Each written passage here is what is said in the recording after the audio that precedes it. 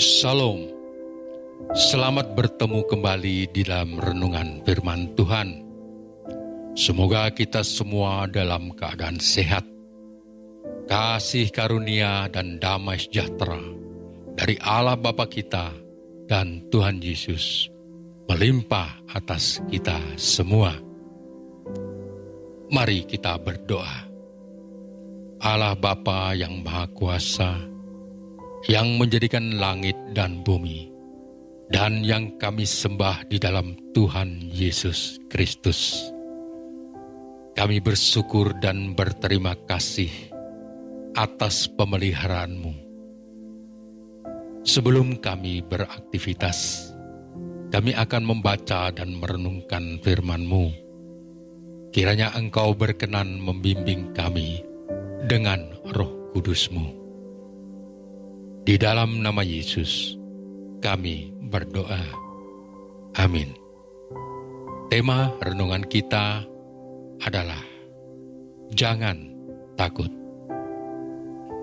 Bacaan kita dari kitab Markus pasal 6, ayat 49 dan 50, yang tertulis demikian.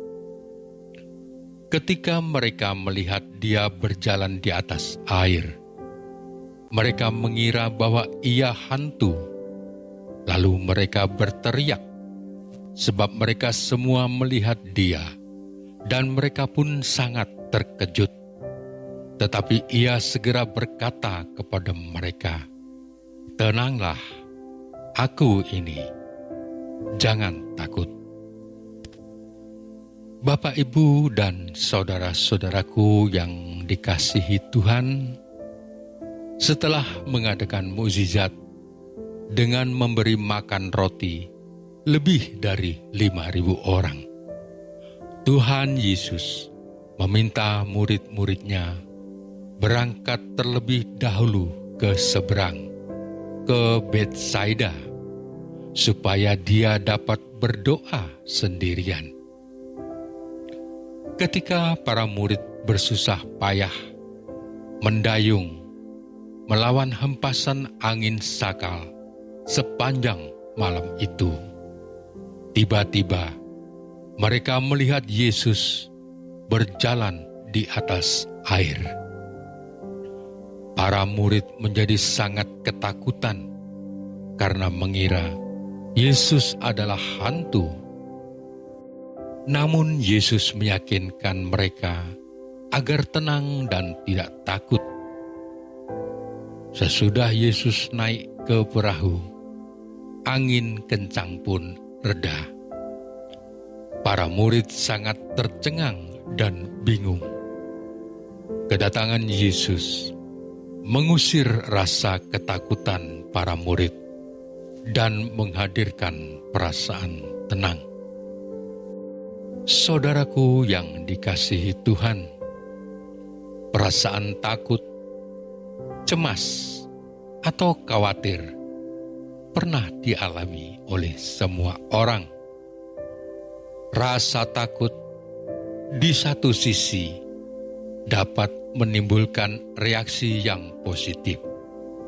Misalnya, takut tidak lulus sekolah, maka seseorang harus rajin belajar. Karena takut terlambat bekerja, maka harus berangkat pagi-pagi. Karena takut sakit, orang berusaha menjaga makanan dan berolahraga. Orang juga termotivasi untuk lebih waspada terhadap keadaan buruk dan situasi yang dianggap bahaya agar siap untuk menghadapinya. Tetapi di sisi lain, rasa takut yang berkepanjangan dapat berdampak negatif. Ketakutan yang berkepanjangan dapat menjadi gejala mental seperti panik, fobia, atau stres.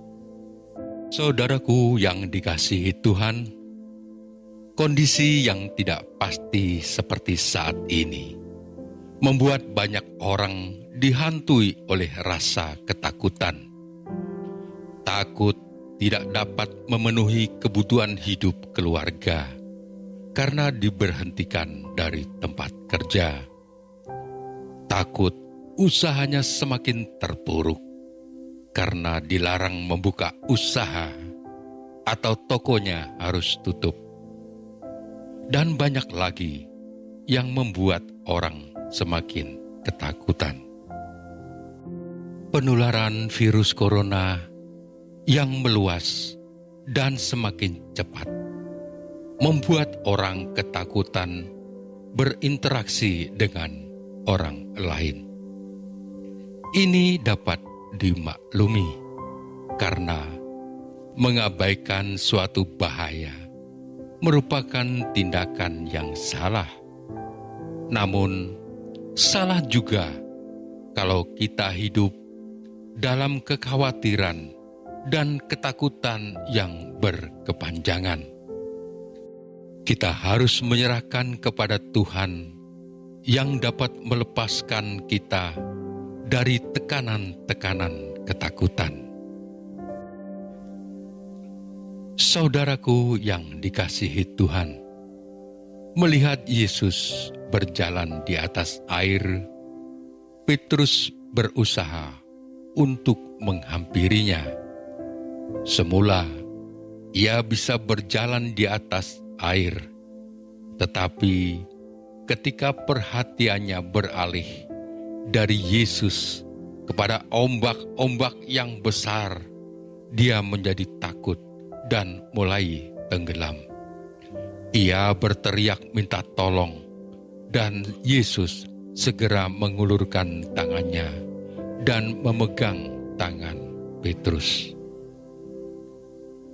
Kisah Petrus yang mengalami ketakutan ini menjadi refleksi kehidupan bagi kita semua. Kondisi kita yang masih berada di tengah pandemi ini seperti tiupan angin yang dialami Petrus. Kita fokus kepada derasnya arus informasi negatif tentang efek virus corona. Banyaknya orang yang terpapar, tumbangnya ribuan orang yang tidak tertolong, membuat kita semakin dicekam oleh ketakutan. Untuk mengatasi rasa takut dan kekhawatiran, kita memerlukan sesuatu yang dapat dijadikan jangkar hidup kita, sehingga dalam keadaan apapun kita dapat bertahan. Satu-satunya yang dapat dijadikan jangkar hidup adalah Allah, dan satu-satunya cara untuk mengenal Dia adalah melalui Kristus. Ia akan membuat kita mampu menghadapi pergumulan hidup kita dan melangkah keluar dengan penuh kemenangan. Mari arahkan pandangan kita kepada Yesus, berseru kepadanya seperti Petrus. Gelombang dan badai memang membuat takut, namun ketika Tuhan berkehendak untuk datang dan menghentikan, semua akan reda dan diam. Kitab Mazmur 23 ayat 4 mengatakan, "Sekalipun aku berjalan dalam kekelaman, aku tidak takut bahaya, sebab Engkau besertaku, gadamu dan tongkatmu, itulah yang menghibur aku." Amin. Mari kita berdoa. Terima kasih ya Allah, firman-Mu membuka hati dan pikiran kami untuk semakin mengandalkan hidup kami kepadamu.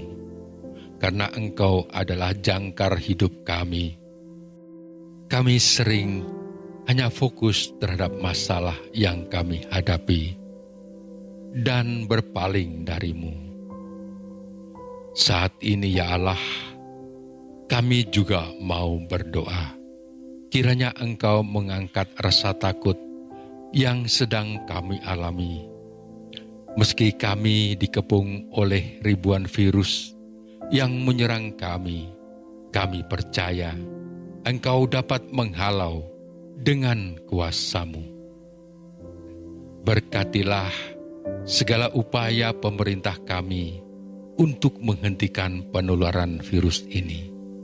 Lindungi semua petugas yang terlibat di dalamnya, baik itu TNI, Polri, dan tenaga kesehatan yang dengan gigih bekerja siang dan malam.